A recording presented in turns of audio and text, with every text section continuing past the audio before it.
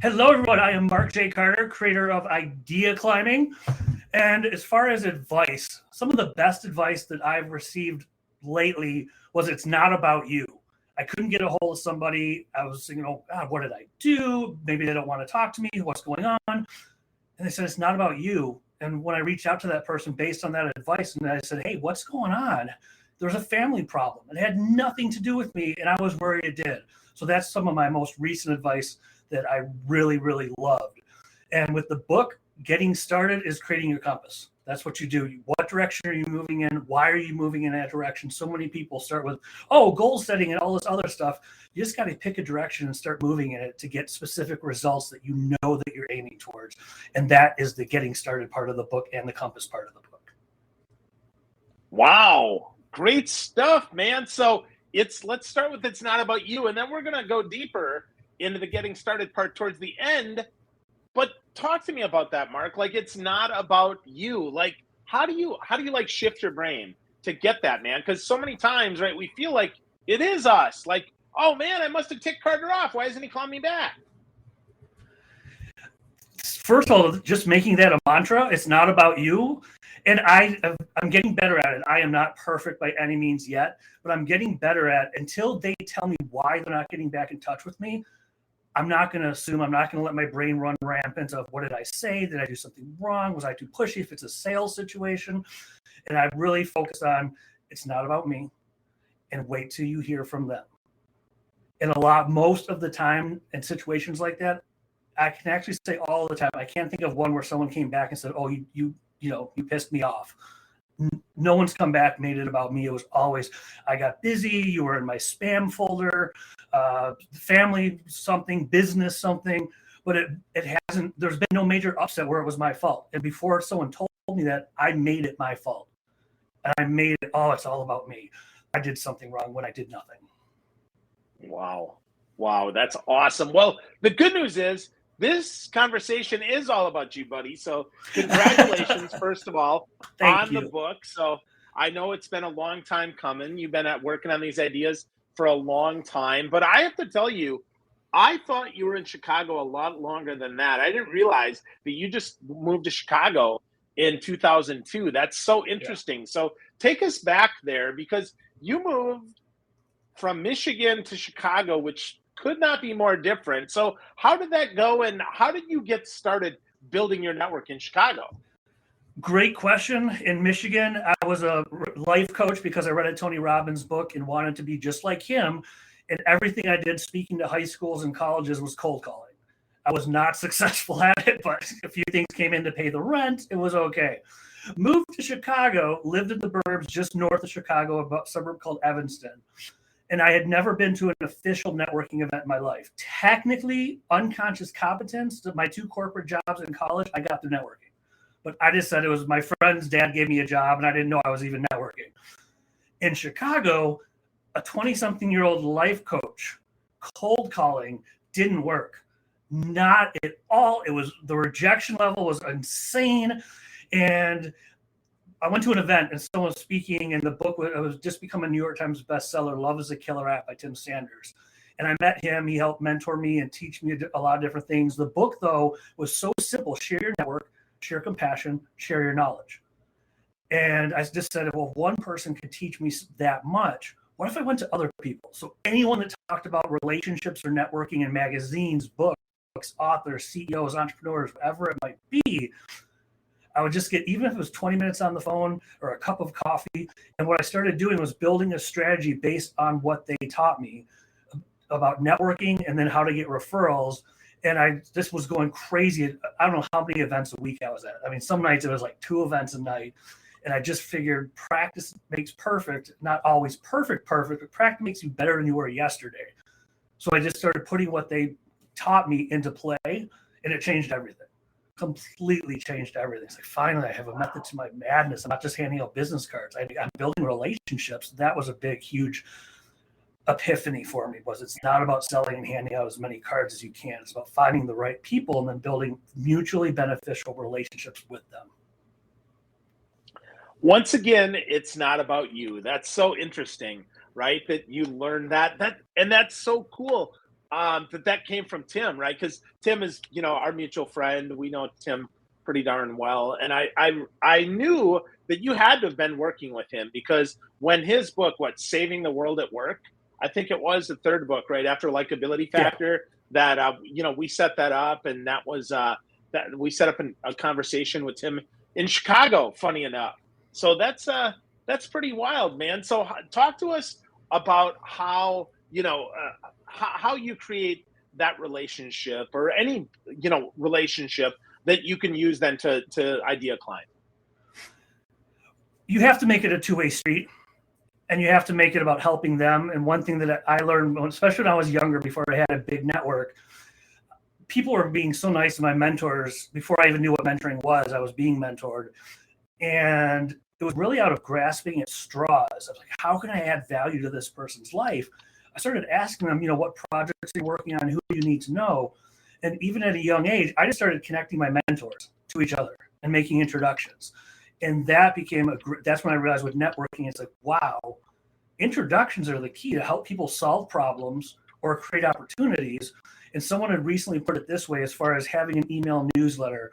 What would you rather get in your inbox? An email newsletter, which is a good read, or an introduction to somebody that might be able to change your life? And I thought, I'll take the introduction any day of the week.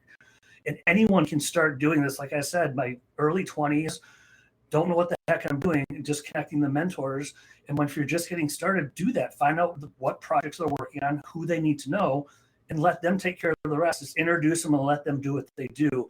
That was a way that I found to give back at a young age. And now I still do it, but back then it was a huge breath of fresh air. I felt like I was actually helping them and helping them move the needle with their career.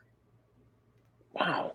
That's very interesting that you talk about, kind of one at a time, right? So how do you do that though, when some people really want a two-legged introduction, right? When they want, I'm going to introduce you to John, and John is, he's someone that you need to meet, but John isn't really open to those conversations, or maybe he is, but he's worried that he's going to get pitched. I mean, how do you overcome that, Carter? How do you overcome the fear of someone trying to sell somebody something? Yeah. I do, first of all, especially back then, a double opt-in introduction. I ask both parties first separately. Can I make the introduction because of this? I think he might be able to help you. You want to become an author, and he's willing to talk to you for 20 or 30 minutes.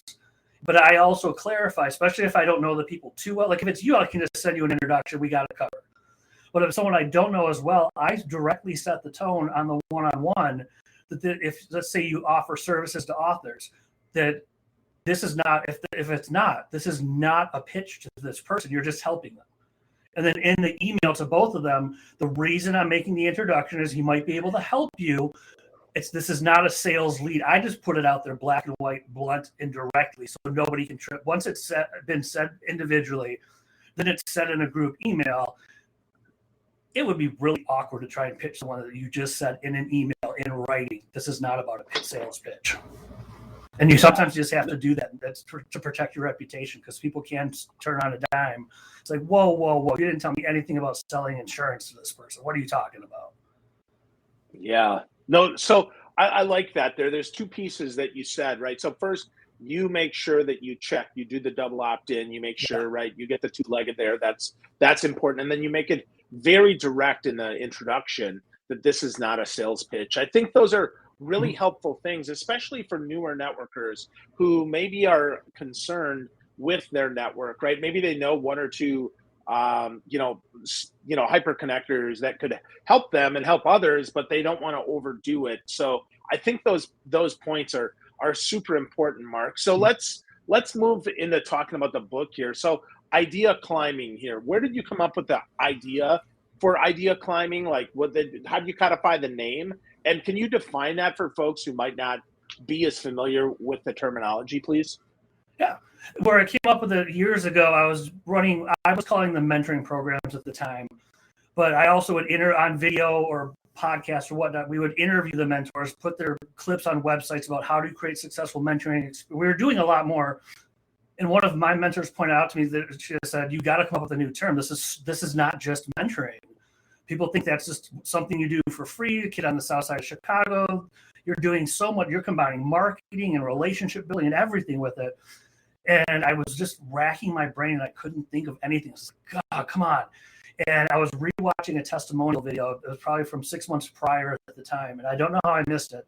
The guy was interviewing just said, and Mark Carter is great at idea climbing. And he laid it out. He had the hand gestures and everything. I went to Google, put in idea climbing, nothing but rock climbing. Called a lawyer and I said, file it. And she would search. She's like, well, we can put it in 2 broad categories or pick one. I said, I want both. They're like, they're not going to approve you. I want both. I still remember her calling me back. Yeah, you got approved for both. So I own the term for any type of competition. So that was good.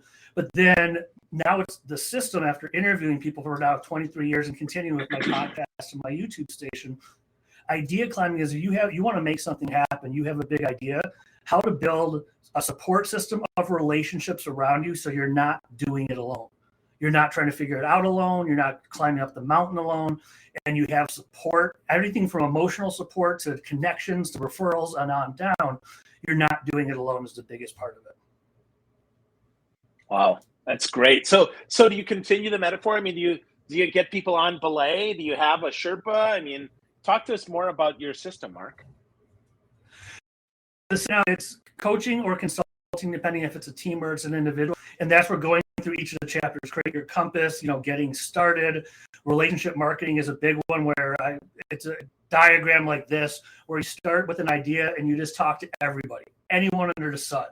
But then if you do it right, you pivot and you hit a tipping point where you start talking to less people, but more meaningful conversations. So it's not, some people do that wrong. I think relationships and marketing, I'm just going to go talk to everyone. It's like, well, if you've been networking 1 or 2 years even, and you still have to go to 5 events a week, there's something wrong because you're not fostering relationships. You fell into the one and done trap. So the relationship marketing side is focus on the ones who support you, believe you, that you can believe in and support, and focus on them. And that's when you move ahead with creating, I call them collaborative cohorts, virtual mastermind groups, your own events, have a podcast, showcase the genius of your audience, create mentoring experiences. But first you have to know who you're talking to. And that's where the relationship marketing comes in. Is it talk to everyone and anyone and then talk to these people. And you do that for each big idea. I mean, I'm there with my next one of building the business out. Now that the book is done and it's launched, I'm on my new big idea. Let's build the business out. So I'm over here again. And that's just how it cycles through for people. Interesting. So relationship marketing, a lot of people, when they hear that, they might hear like, oh, geez, like that's a multi-level marketing thing. I don't know that I want to do that. So what's the difference between what you're talking about and what the kind of the MLM idea is behind that? Idea climbing is all about adding value through collaboration, and it's solving problems and creating opportunities for people. And most of the time that's outside of just do you want to buy for me? A lot of multi-level marketing, that's all it is I want, do you need an extra source of income? Anytime I see that on LinkedIn, it's like, oh, come on, here we go. I'm not even responding to this. No, I know where this is going. Where relationship marketing, part of the book that tells you how to do it, if you want, like one of my favorite things is virtual mastermind groups. I can get people that maybe we know each other, but I don't know if there's enough to have a 30-minute conversation because, time is time. We all have 24 hours in a day. A lot of people, I can't just hop on Zoom with people for the heck of hopping on Zoom with people and vice versa. So you can have a virtual mastermind group, put 8 people in a room together, facilitate it and run through. Here's who I am. Here's what I'm looking for. Here's what I need help with. That's 8 conversations. If those are even 30 minutes a piece, you just save 4 hours. You got done in 1 hour. And every time I do one, at least one person is like, oh, because entrepreneurs are always changing. At least one person's like, oh, that's what you're doing now? Oh, we got to talk. I didn't know that. But I have 4 hours worth of conversations in 60 minutes. It's things like that. And now that we're returning, I have an event tonight, a live event, now that we're returning and opening up again, where a friend of mine who runs a social media and web design company, he got really busy before the pandemic. And instead of having one-on-one conversations, and these were live, so that's an hour of your time, he started telling people, here's where I'm going to be from 5 to 7. Come see me. And it's for marketers. So every month he gets 20 20, 30 people in the room, can shake their hands, talk to them one-on-one, and then walk out and go, okay, I got 2 people I got to connect with. And he's adding value for us because I meet people every time I go. I reinforce connections with friends. I meet new ones. But that's what the book gets into, is how can you add value and create, they're called collaborative cohorts or collaboration experiences, and not just always have to feel like you have to have a one-on-one, because you don't. There's just too much time involved to have random one-on-ones. Wow. I like that. More efficient is certainly better, especially if we can get deeper quicker, right? That's super good. The collaborative piece, I think, is often the missing, right? We connect a insurance person with somebody who like is already either got insurance or, as an insurance person in the family doesn't want to talk about it or whatever, right? And there's no collaboration there. That's like shooting fish in a barrel. That's no fun for anybody. Yeah. So what happens, Mark, when that does happen? How do we gracefully back out of that? Because I've been in that situation, and I felt trapped when I do that. Instead of idea climbing, I feel like I'm getting stepped on in the face. So what do we do, man, when that happens? When you're in a meeting with someone and trying to push you and sell something to you? Yeah. My way out, let's just say insurance, because that's a common one where that happens. I just tell people I'm going to put it right out there, and I'm blunt. I'm already covered. I'm not interested in switching. And that's it. I mean, I'd love to say there's this perfectly eloquent way where everyone walks away happy, and you're not being mean, but it's the line in the sand is, I don't need your services. And I've gone as far when I'm having a one-on-one with somebody that I thought was a possible collaborative opportunity, and the sales kicks in, I nicely, before they do the sale, but if that vibe someone gives off, it's like, I know what's coming out of this. Okay, I know what street we're going down now. I directly tell them, it's really great meeting you. I love whatever group we met in, because I would never try and sell someone on the first call. And I tell my own story, because it just feels weird. It feels like icky, whatever it might be. So, don't worry about it. I'm not going to sell you anything. We're having this call to get to know each other. Most of the time that does it. Occasionally you just got to shut them down. Like, okay, I told you no. I'm going to go. Have a nice day. But most people, if you do that from your, instead of saying, don't you sell me anything, I won't sell you anything, because you never sell on a first-time call. Telling that story, it defuses the sales bomb almost every time. Awesome. Yeah. Awesome. I like that a lot. That's very, very helpful. Yeah, no, that is, right? Because that makes it then about me instead of about them, what I'm not going to do. And hopefully then they catch the drift that, what, I'm not going to sell you, so I'm hoping that you won't be selling me, right? Exactly. Awesome. Love that. So a lot of stuff that we could go deeper on in the book, but I want to talk a little bit more about video conferencing and the whole video mastermind idea, Mark. So how do we set that up, and how do we make sure that people aren't like, kind of wandering around here in outer space and actually pay attention? I put everyone in the same room, and I set expectations where the most current ones I've done were visionary leader mastermind groups. So the definition, this is in the Eventbrite that I use for people to sign up, is you have this vision you want to bring to life and you need help with it. Come into a room with 6 to 8 other people who can help you. I don't do breakout rooms because it's a small group, and I do little things that make a big difference. The first question, what do you do? Tell 2 sentences. More importantly, why do you love what you do? The energy totally shifts from like, oh, and I love it because it's so simple, but I haven't seen any other mastermind group do that. And it shifts to that. And then I have to tell them, what do you need help with right now? And it might be clients, and I understand that. But the chances of, if you don't know someone, getting a client on the first time call, you never know, but it's probably not going to happen. So think outside the box. And I use the example of whatever time a year ago, I needed a publisher more than I needed my next client. That's just not a typical elevator speech. So I take them out of their shells, and it's so amazing. I started to have to say professional opportunities, because in one mastermind group, a guy talked about building a crib for his kid. I'm like, no, I didn't want to know if you needed a carpenter. I meant professional business stuff. So now I say professional business opportunities or problems you need help solving. And it's guiding them through that and telling them that you're not meant to do it on this call for time's sake, especially if it's a full 8 people in the room. The purpose is to have a meaningful one-on-one call with maybe one person in this group. You're not going to go to everyone and get their email and set up 6 to 8 one-on-ones because it's not worth the time for most of you. I want you to walk out with one good one-on-one that is meaningful and you know why you want to talk to them. It's not just, oh, you seem kind of cool. It's like, wow, you said you could help with this problem. I'm bad at sales and you can help give me some advice. Or I'm starting my business. You've done this before. Or whatever it might be. But it's the guided conversation makes all the difference with it. That it has to be guided like that. It can't, the ones that go wrong, or if someone is not used to facilitating, you can't just say, what do you do? It just becomes a bunch of elevator pitches. That's why problems and opportunities. What do you need to solve? What do you need to create? Let's start there. And it makes a huge difference. It's easy for me to say, oh, I might be able to help with that. And as you get to know people, they might become referral sources for you. It's just setting the expectations of we're not here to sell to each other and saying it that bluntly. We're here to solve problems and create opportunities for each other. If you need a website and a web designer's in the room and you say, I need a website, good for you. That could happen. It's just not most likely that you're going to meet someone for the first time and say, here's my credit card or here's my friend's email address. Go sell them something.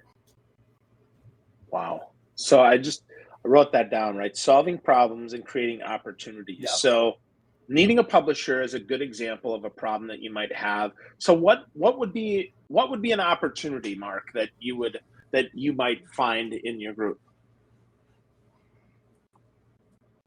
I want to hire interns who's done it before. Where can I find them? There we go. Yeah. Okay. I gotcha. Okay, cool. No, that totally makes sense. Okay, that's helpful. So I just want to understand both legs of that because that is super valuable. Super valuable. So what I love about your book, Mark, is that it really is a blueprint, right? It walks people through step by step what they need to do from the start all the way to the end. You don't hold anything back there, which I think is awesome. So let's as we're getting close to wrapping here, let's talk more about the compass, because I think that is often a place, people jump ahead. I'm guilty of that, right? I've jumped ahead.